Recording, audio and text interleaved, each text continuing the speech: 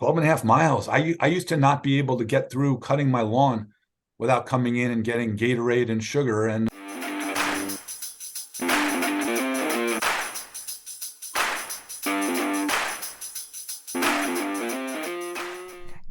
This is Chris S. Cornell. He used to weigh 278 pounds at the age of 51. He realized that he had to improve his health before it was too late. After reading a particular book, which he mentions in this video by the way, he finally reached a normal weight for the first time in his adult life.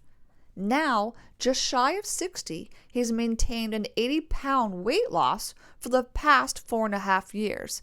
That's not even mentioning how much fat he actually lost. What's in this book? Find out how he did it in this 2-part series. And also, please click subscribe, share, comment. And if you have any nutrition questions, be sure to visit me at theevolveddietitian.com. Let's evolve together. Enjoy.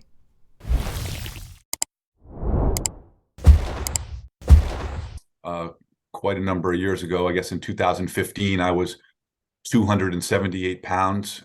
Quite dismaying to see that number on the scale when I stepped on it at my mother's house. I hadn't stepped on a scale in quite a long time, and I knew I had gained some weight, but I did not realize how bad it had become. I was trying to sort of ignore that fact.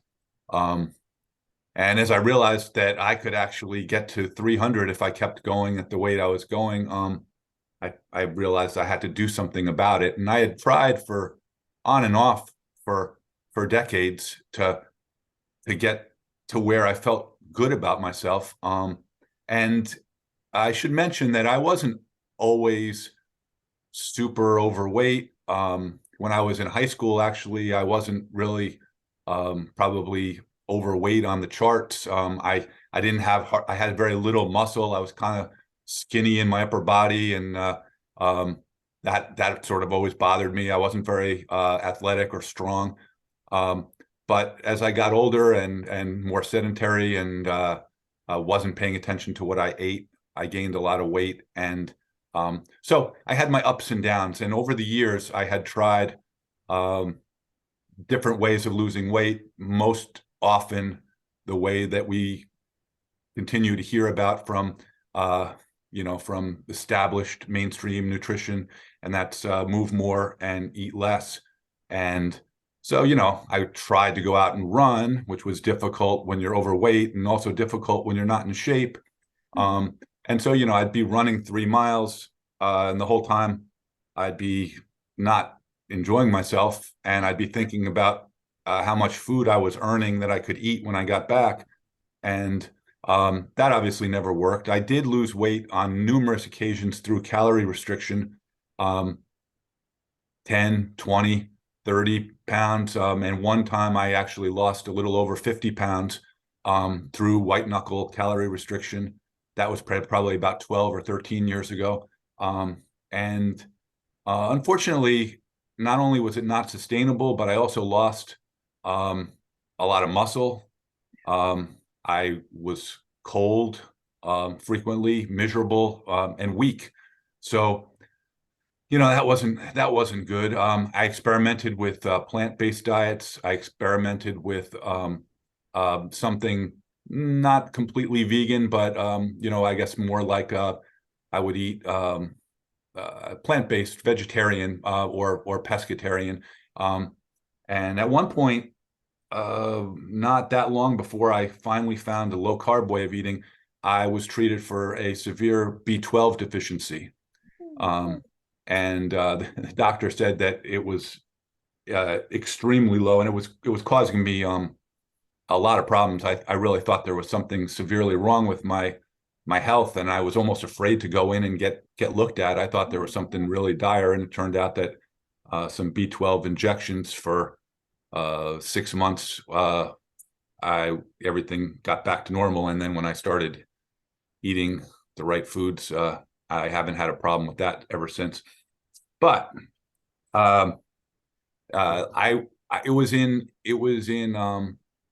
January, early January of 2018, when I was sort of in the middle of another calorie restriction weight loss effort, and I had lost some weight, and all of a sudden I started feeling that same loss of control, feeling weak, tired, and I was like, I'm not going to be able to stick this out. I'm going to lose control and go back to my high weight.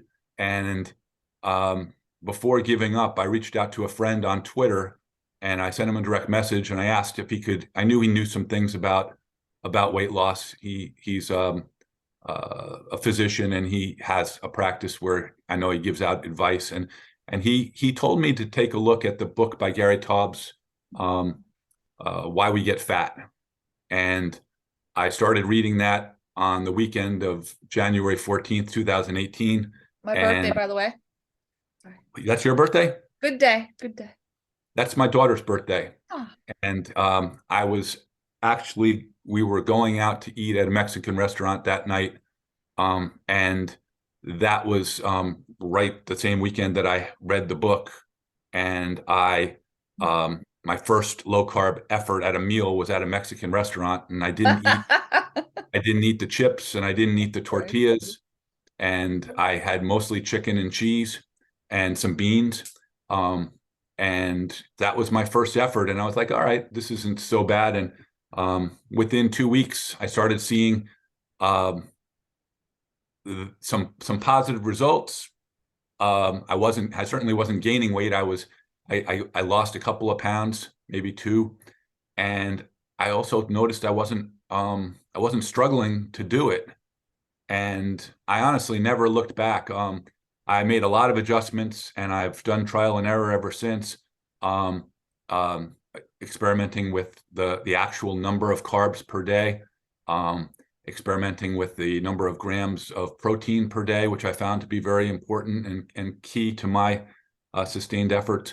But I ended up losing about 5 more pounds per month, all the way up until I got down to 205 pounds, which was my target weight. And I was like, that was the lowest I had gotten to in my prior effort when I lost the 50 pounds, but couldn't sustain it. Yeah.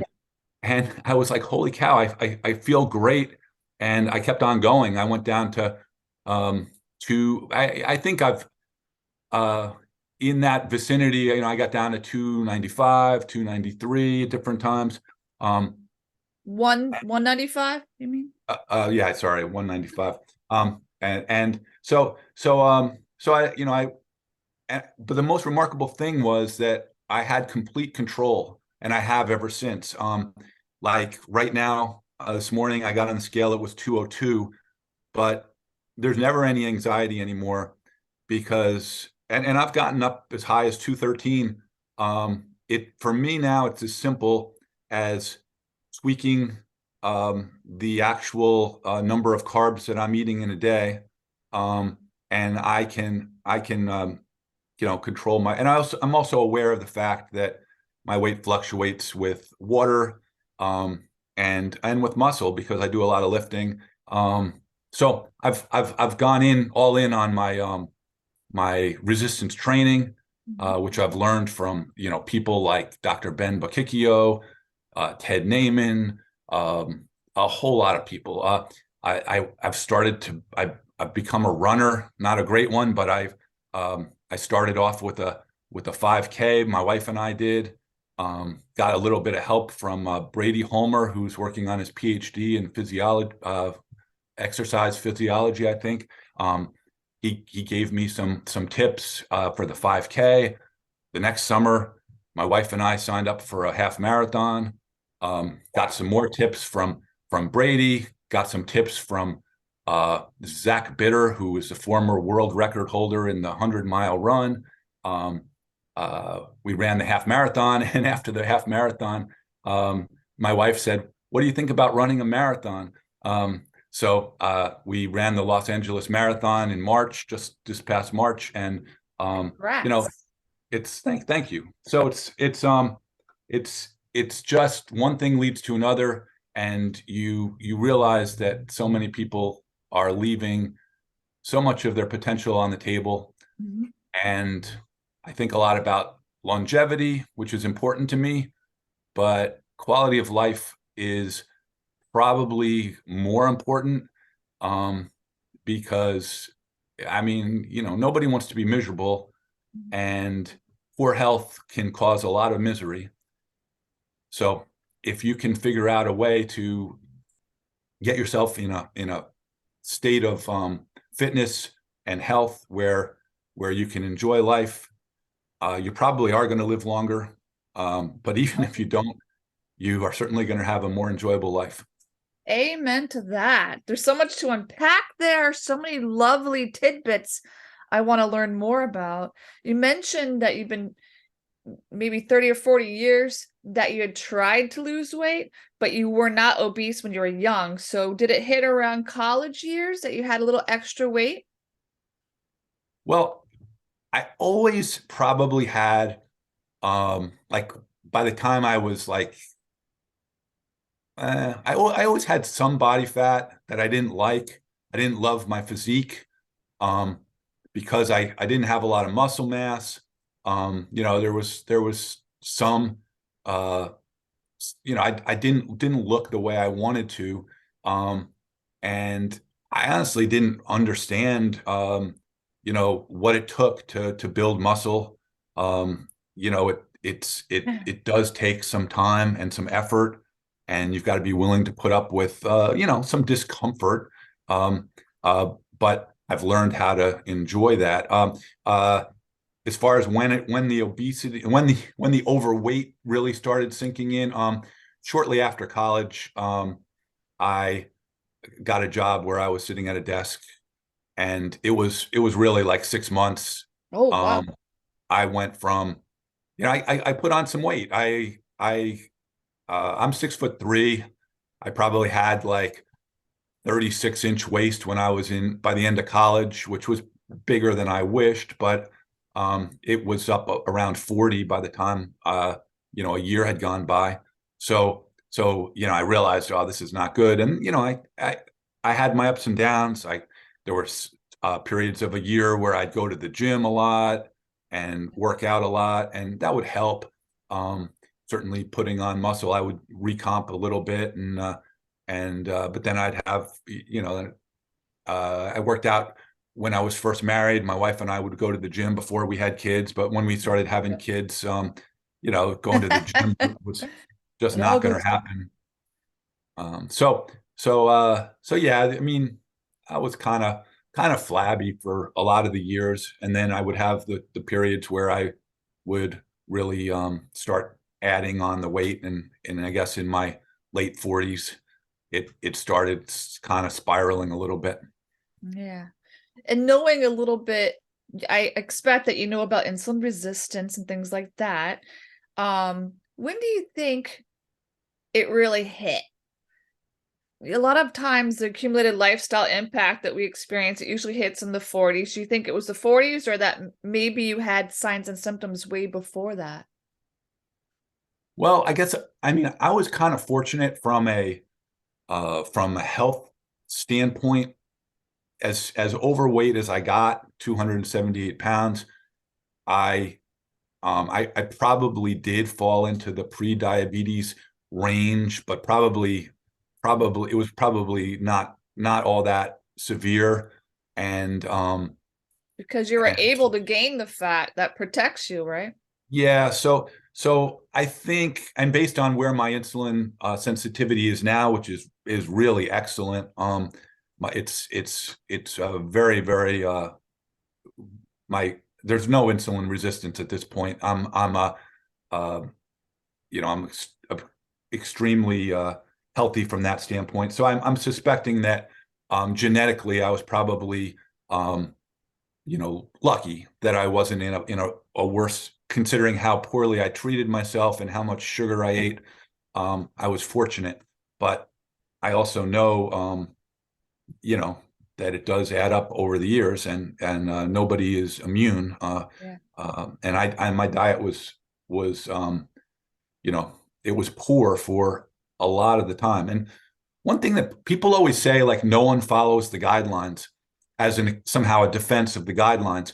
A lot of people try to follow the guidelines, um, and they don't see the results, and they alternate back and forth. The way life works, you eat uh, what you think is healthy, more fiber, more fruit, eat more vegetables, and if you don't see positive results with your weight, it's hard to keep yourself on a diet that isn't particularly enjoyable if you're not seeing the benefits that were so sort of promised. Yep. So that's the problem, and or at least for me.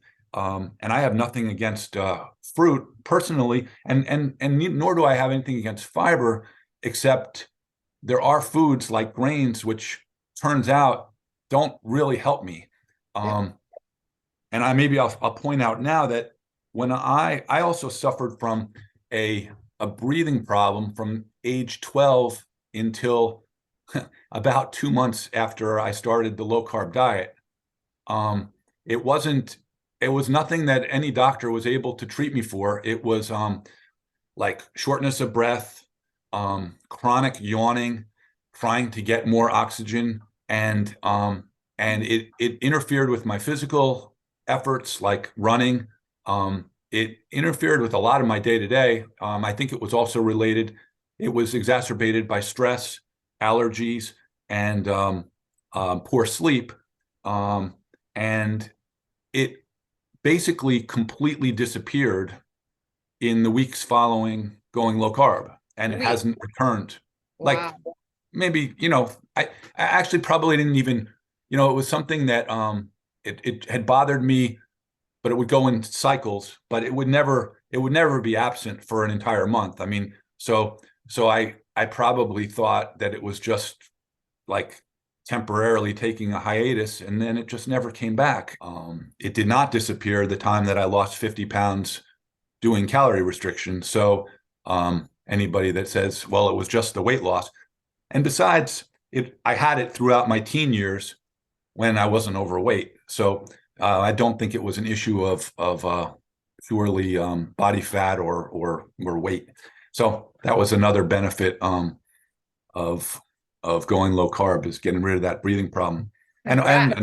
another thing was the migraine headaches that I would get. Uh, I get, and I think that was probably due to my overconsumption of sugar, which that's about the only way I can get a migraine now, is if I eat sugar.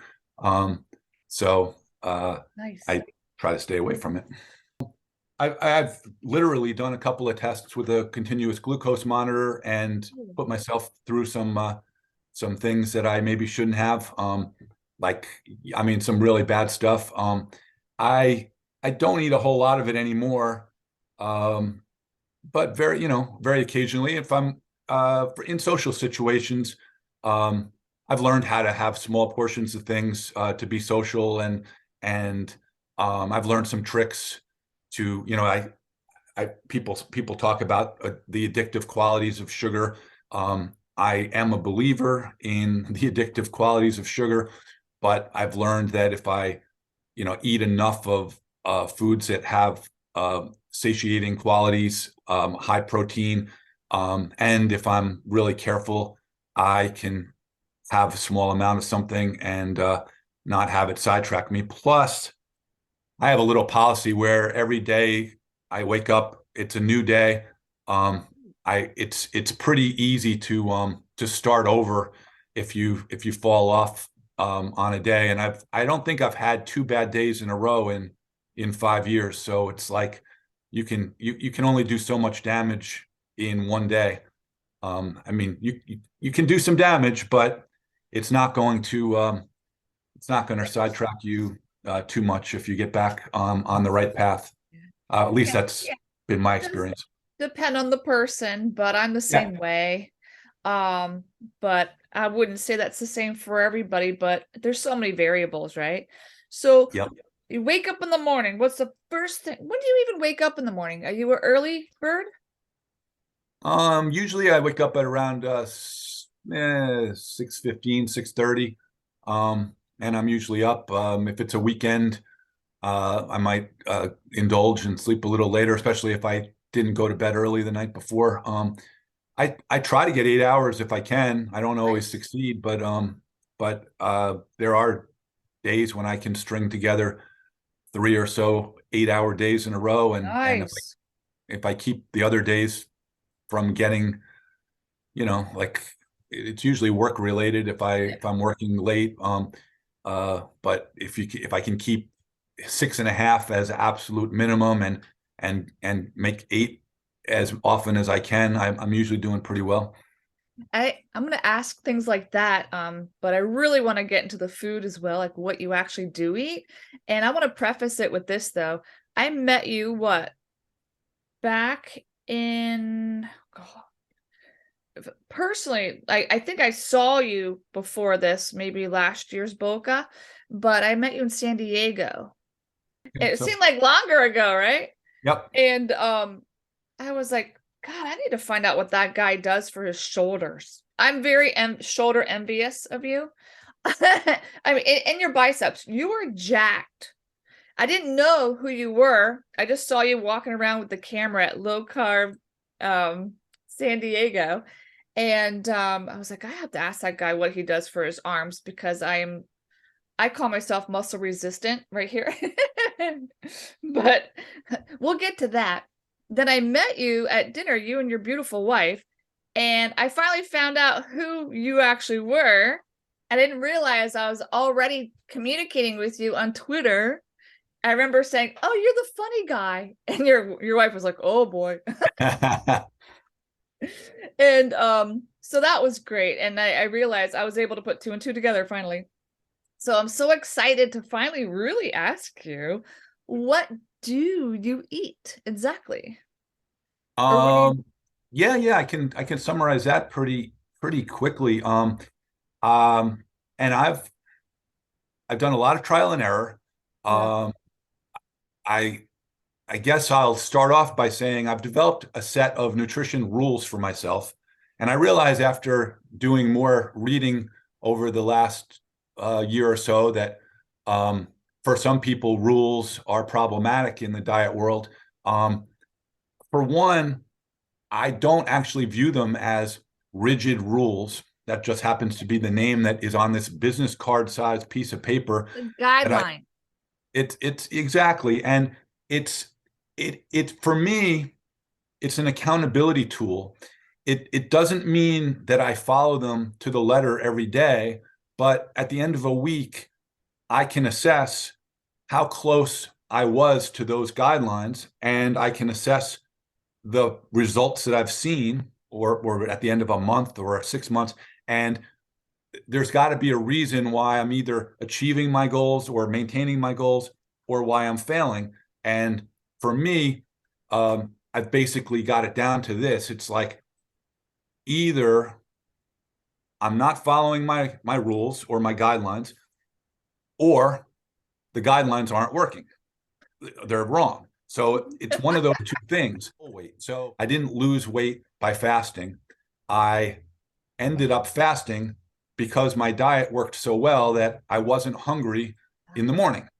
And so once I figured out that I felt good around 10, 11, 12, not having eaten anything, I kind of came to the conclusion that there was no benefit for me to start messing around with food at 9 o'clock in the morning when I wasn't hungry. And I tried it out with everything, with my running, with my weightlifting. I found no detrimental effects from not eating until afternoon. So I basically eat 2 meals a day, and I have like a 16-8 time restriction, 16 hours where I don't eat and 8 hours where I do, or sometimes it's 17-7. And then the carbs and the protein I found to be the most critical factors in my ability to lose weight and then maintain the weight loss. And I realized somewhere early on from reading and like listening to other people that had enjoyed success, that satiety, the ability to feel like you don't want to eat or you don't need to eat, after a meal can be helped immensely by prioritizing protein. So I got it up to 160, 170 grams, and finally, I went all the way past 200, and I felt like I didn't really need too much more than 200, but 200 was a good amount to get me to where, as long as I wasn't going overboard on the carbs, I was able to keep my appetite where it needed to be to lose and then ultimately maintain the weight. There's some. And go Oh, ahead. go ahead. Ah, there's some professionals out there that will say we eat seeking fat, and then another one will say we eat seeking protein. Where did fat fall in for you? Obviously, it was protein more for you, but how much fat do you eat or did you eat when you first began losing weight? It's an interesting question. I see a lot of people get really heated about this, about, well, all aspects, carbs, fat, and protein.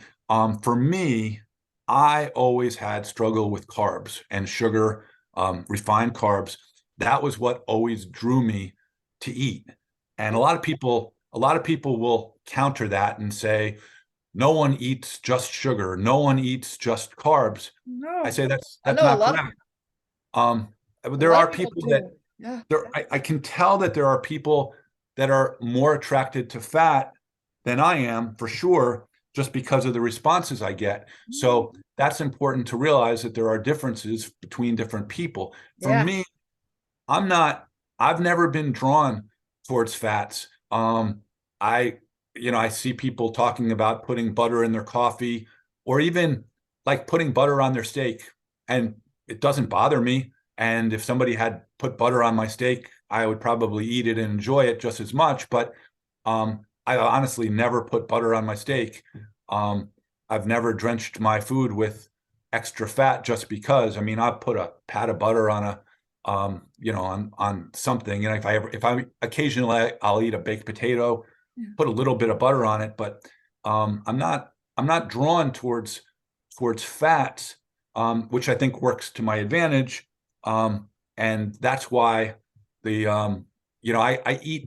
I eat the fat that's in the food that I eat, like a steak, salmon, eggs, cheese, nuts, avocado. Okay. They all have fat, and I don't shy away from it, but I don't add a lot of extra fat to anything. Um, so that's sort of, whereas I Mhm. could eat candy that is almost 100% sugar, like that was my nemesis. But even fruit, people people say fruit doesn't make you fat. I would agree that there aren't too many people that are overweight who only eat fruit, but fruit has calories and fruit has sugar, Nicely and put. I could eat. I mean, like people don't believe how many cherries I could eat. I'm not talking about a half a pound.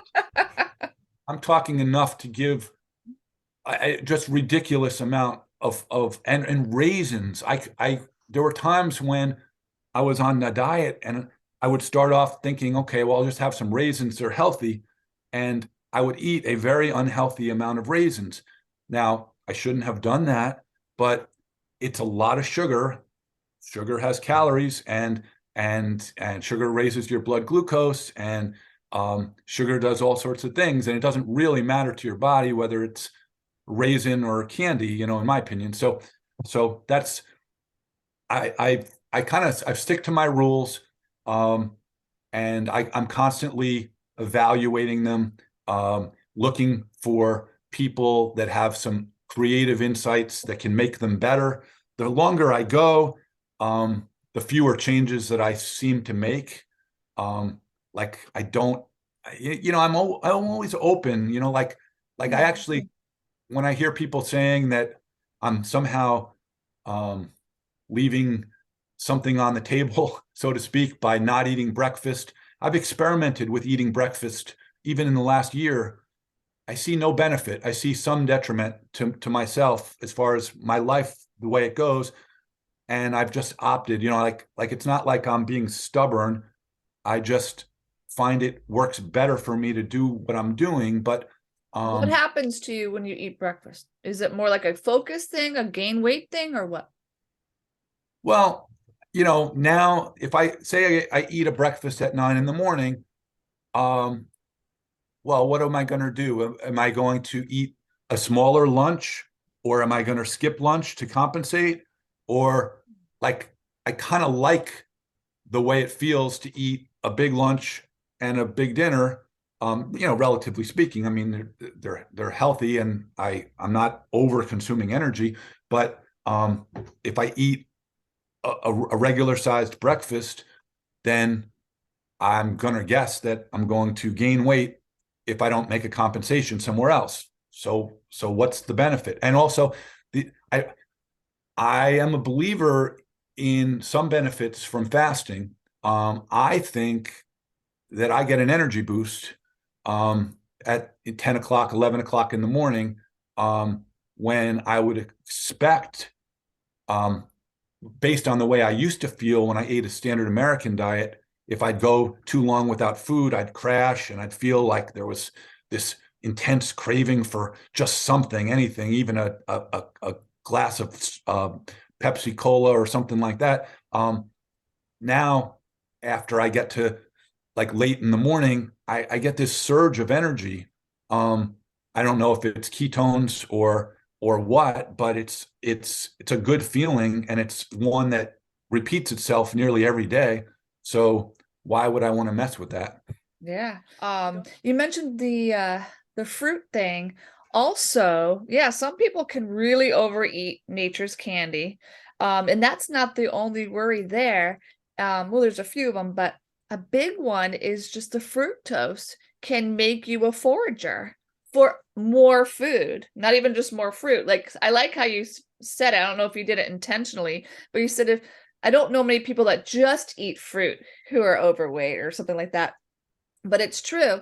If you eat fruit and you allow yourself to eat other things, that fructose, part of what fruit is made of, much of it, is makes you a forager. It stimulates your desire to seek, seek, seek, seek, just so you can, hibernate in the winter. So I just wanted to throw that in. That was really interesting what you said there. So what does your lunch look like? Let's see. My meals are usually relatively simple. They're usually going to be um it's going to be a primarily a protein. Could be ground beef, could be eggs, steak, seafood, shrimp or salmon, a lot of ground beef, chicken. So it's gonna be one of those things, cooked or grilled or baked or air fried. I use some, salt, pepper, garlic, um, some other, other seasonings that would typically never have any sugar in them. Uh, One thing about cleaning up your diet, I've found getting rid of sugar is that you've become much more sensitive to other flavors. Yep. And uh, you experience pleasure in eating things that you never would have considered pleasurable when you were on Yes. the American diet. Like, I mean, just eating the ridiculous things that people eat, uh, I mean, it's just insane the amount of sugar. Your sensitivity just it just craves more and more ridiculous things. Yep. So, in addition to the protein that I'll have at a lunch, I eat vegetables, green vegetables, Brussels sprouts, asparagus, or broccoli. I'll just throw it in the air fryer with a little bit of olive oil and some garlic and salt. And um, and I might put some cheddar. I like cheddar cheese.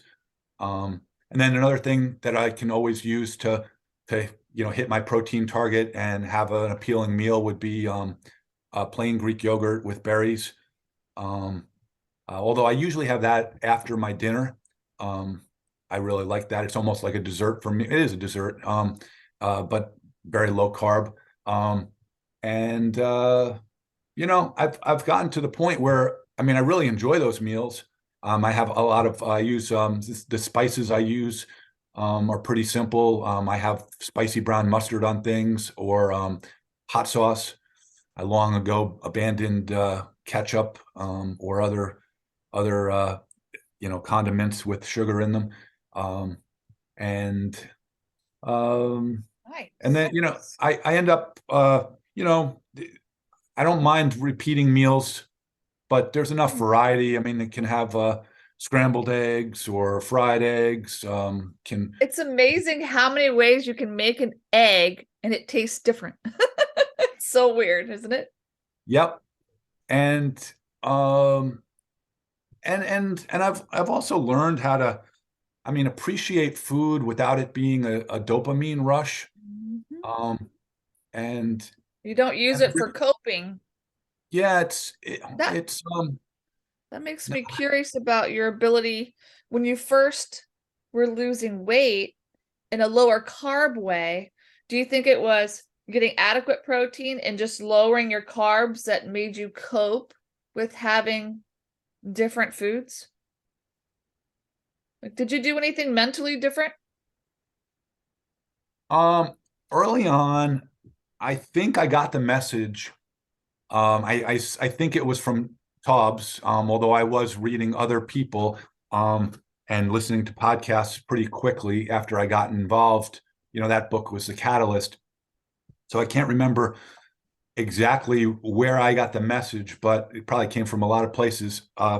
It was that you can and really have to eat as much as you want of those good foods. Um, I remember specifically hearing that message on early, low carb MD podcasts where Dr. Tro and Dr. Brian Lenskis would interview a patient who, would talk about literally breaking down and crying because they they when they heard the message that they could eat as much as they wanted, they were believing that by going on a diet meant that they were going to have to use willpower and be miserable because of hunger. And when I realized that you can, I mean, if you're hungry and you're on a low carb diet, eat more of the foods that you can eat. And I've heard this has been echoed by so many people. I mean, Eric Westman with his page 4, rules. I mean, it's like, if you're hungry, eat the foods that are on the list and And it just keep sounds eating so them. absurd to some people, like, what? Just eat? It's scary as heck, isn't it? There is something that I do want to ask you about that's even more personal. And it was sometime during your weight loss, you discovered something called, well, the big C these days could mean two different things, but you know the big C I'm talking about. Do you mind talking about that at all? No, no problem.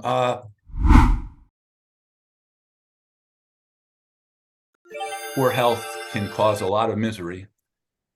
So if you can figure out a way to get yourself in a state of, fitness and health where you can enjoy life, you probably are going to live longer. But even if you don't, you are certainly going to have a more enjoyable life.